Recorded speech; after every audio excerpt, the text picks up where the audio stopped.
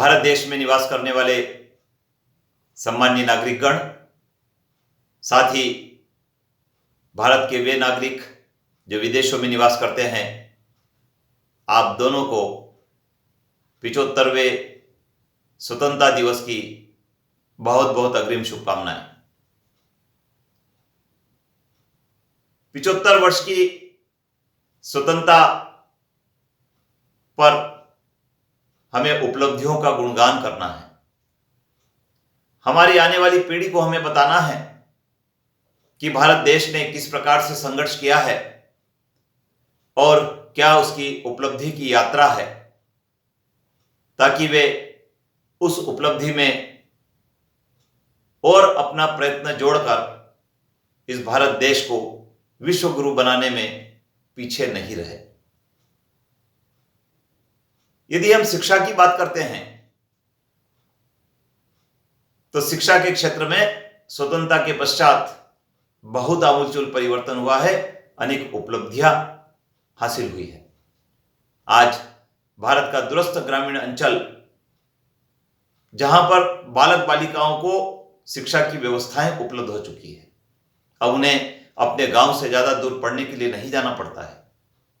कई सारे medical college स्थापित हुए हैं, कई सारी उच्च अध्ययन की संस्थाएं स्थापित हुई है, जिसमें हमारे युवा पढ़कर एक ऐसे नागरिक के रूप में साबित हुए हैं जिन्होंने भारत के कई क्षेत्रों में अपना योगदान दिया है। यदि हम महिलाओं की आजादी की बात करें तो इस दिशा में अनेक प्रयत्न हुए हैं। आज महिलाएं पुरुषों के साथ कंधे से कंधा मिलाकर काम कर रही है। यह उन्हें मिली हुई आजादी का परिणाम है, उनके लिए बनाई गई योजनाओं का परिणाम है। आज वे निर्भीक है, स्वतंत्र है। कंप्यूटर क्रांति हुई है, आज हर घर में कंप्यूटर दस्तक दे रहा है। कोई भी क्षेत्र ऐसा अछूता नहीं रहा जिसमें कंप्यूटर की आवश्यकता नहीं हो। शिक्षा का क्षेत्र हो, कृषि का क्षेत्र हो, उद्योग का क्षेत्र हो, स्वास्थ्य का क्षेत्र हो, व्यापार का क्षेत्र हो, सभी में कंप्यूटर ने दस्तक दी है और अपनी उपयोगिता को साबित किया है। यह हमारी उपलब्धि है। आज कम समय में ज्यादा काम कर सकते हैं, काम में गुणवत्ता होती है, औद्योगिक विकास हुआ है। स्वतंत्रता प्राप्ति के पश्चात लघु एवं कुटीर उद्योगों की स्थापना हुई है।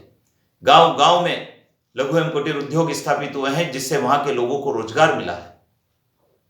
वहां के संसाधनों का सदुपयोग हुआ है, प्राकृतिक संसाधन, मानवीय संसाधन, लोगों की आय बढ़ी है, लोगों का जीवन स्तर बढ़ा है। बड़े बड़े शहरों में बड़े बड़े उद्योग स्थापित हुए हैं, उसमें भी लाखों लोगों को रोजगार मिला है। परिवार नियोजन के प्रति जागरूकता आई है। यद्यपि यह कहा जा रहा है कि वर्ष 2023 तक जनसंख्या वृद्धि की दृष्टि से भारत विश्व में पहले नंबर का होगा, लेकिन इस बात को भी नहीं नकार सकते कि हमारी जो शिक्षित युवा पीढ़ी है, उनमें सीमित परिवार के प्रति जागरूकता बढ़ी है और परिवार नियोजन के लिए वे प्रवृत्त हुए हैं। स्वास्थ्य सेवाओं का विस्तार हुआ है। आज प्रत्येक गांव में स्वास्थ्य की सेवाएं उपलब्ध है। प्राथमिक चिकित्सा केंद्र आपको गांव में मिल जाएंगे। एक जमाना था तब बड़े बड़े शहरों में स्वास्थ्य के लिए जाना पड़ता था। सब सुविधाएं गांव में उपलब्ध हो गई है। गांव के व्यक्ति को गांव में ही इलाज मिल जाता है। बैंक, बीमा और डाकघर की सुविधाएं विस्तारित हुई है।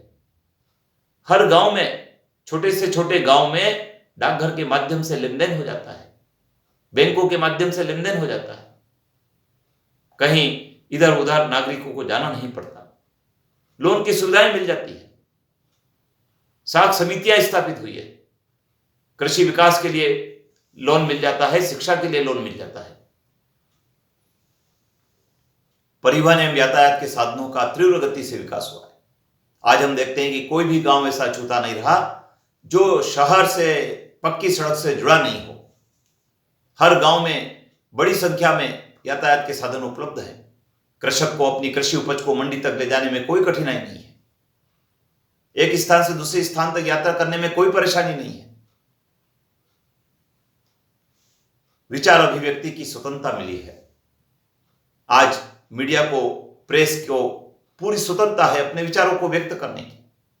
नागरिकों को स्वतंत्रता है, वो अनुशासन में रहकर अपने विचारों को व्यक्त कर सकता है। कई सारे प्लेटफॉर्म अभिव्यक्ति के हमें उपलब्ध हुए हैं, जबकि अंग्रेजी शासनकाल में इस पर बड़ा प्रतिबंध था।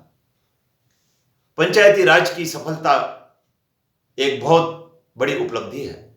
आज गांव के विकास के मुद्दे गांव में ही हल हो जाते हैं, पंचायतों के माध्यम से। वहां की योजनाएं वहां की पंचायत बनाती है, आय के साधन होते हैं, उनका उपयोग वो स्वयं करती है।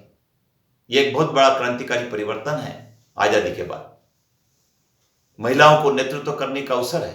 राजनीति का क्षेत्र हो, सामाजिक क्षेत्र हो, सेवा का क्षेत्र हो, सरकारी नौकरी का क्षेत्र हो, सब क्षेत्रों में महिलाएं अग्रणी भूमिका निभा रही है। कानूनी जागरूकता बढ़ी है, और कानूनी जागरूकता बढ़ने का कारण साक्षरता बढ़ना है। महिलाएं, पुरुष पढ़ लिखकर कानून की किताबों को जान रहे हैं, पढ़ रहे हैं और न्याय प्राप्त कर रहे हैं। कृषि का आधुनिकीकरण हुआ है। आज भारतीय कृषि नवीन टेक्नोलॉजी पर आधारित हो चुकी है। नवीन कृषि उपकरण, कृषि करने की नवीन प्रणालियां कृषकों ने अपनाई है। इससे हमारा उत्पादन बढ़ा है, उत्पादन में गुणवत्ता आई है, कृषकों की आय बढ़ी है। इसके परिणाम स्वरूप विकास के अध्याय न केवल शहरों में बल्कि गांव में भी लिखे जा रहे हैं। अंतर्राष्ट्रीय व्यापार को बढ़ावा मिला है। आज भारत का व्यापार कई सारे राष्ट्रों के साथ है। बड़ी मात्रा में विदेशी मुद्रा हमको मिल रही है, उसका उपयोग देश के विकास के लिए किया जा रहा है। ऑनलाइन व्यापार की विधि विकसित हुई है। ई कॉमर्स के माध्यम से, ऑनलाइन बैंकिंग के माध्यम से इस क्षेत्र का बहुत विस्तार हुआ है। यह हमारी उपलब्धियां हैं। 18 वर्ष की उम्र वालों को मताधिकार मिला है। स्वतंत्रता के पश्चात यह एक ऐसा अध्याय लिखा गया है कि एक वयस्क व्यक्ति जो 18 वर्ष की उम्र पूरी कर चुका है, अपनी पसंद की सरकार को चुन सकता है। यह मताधिकार मिलना एक बहुत बड़ी क्रांतिकारी पहल है। महिलाओं को, पुरुषों को, सभी को यह मताधिकार मिला है। लघु कुटीर उद्योगों की हम बात कर चुके हैं। मिश्रित अर्थव्यवस्था को बढ़ावा मिला है। पूंजीवादी अर्थव्यवस्था सीमित हुई है, परिणाम स्वरूप शोषण रुका है।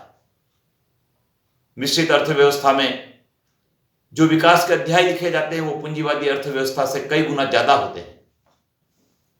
खेलों का विकास हुआ है। ओलंपिक खेल हैं और भी कई राष्ट्रमंडलीय खेल है, उसमें भारत के खिलाड़ियों ने बेहतर प्रदर्शन करके गोल्ड मेडल जीते हैं, कांस्य पदक जीते हैं, सिल्वर मेडल जीते हैं। हर स्कूल में, हर गांव में, हर शहर में खेल की गतिविधियों के लिए बड़े बड़े मैदान उपलब्ध हैं, सुविधाएं उपलब्ध हैं। प्रतिभाएं उन मैदानों में अपना हुनर निखार रही है और आगे बढ़ रही है। टेक्नोलॉजी का विकास हुआ है। निर्वाचन आयोग सशक्त हुआ। एक जमाना था जब चुनाव कराना कठिन हुआ करता था। आज कर्मचारी निर्भीक होकर, राजनीतिक दल के लोग निर्भीक होकर चुनाव की गतिविधि में भाग ले सकते हैं। यह हमारी 75 साल की उपलब्धियों का एक बड़ा टर्निंग पॉइंट है। पर्यटन का विकास हुआ है। आज कई सारे पर्यटन स्थल है जो उद्योग के रूप में विकसित हो चुके हैं। सैलानी वहां पर पहुंचते, लोगों को रोजगार मिलता है। न्यायपालिका स्वतंत्र हुई है, निर्भीक हुई है। जजेस पर किसी प्रकार का कोई दबाव नहीं होता है। जांच एजेंसियां निर्भीक होकर अपना काम करती है। यह हमारी उपलब्धियां हैं। तो युवाओं, नागरिक बंधुओं, हमें आजादी के इस अमृत महोत्सव पर यह संकल्प लेना है कि इन उपलब्धियों को हम चौगुना करेंगे और भारत की आन बान शान को अक्षुण्ण बनाए रखने में अपना महत्वपूर्ण योगदान देंगे।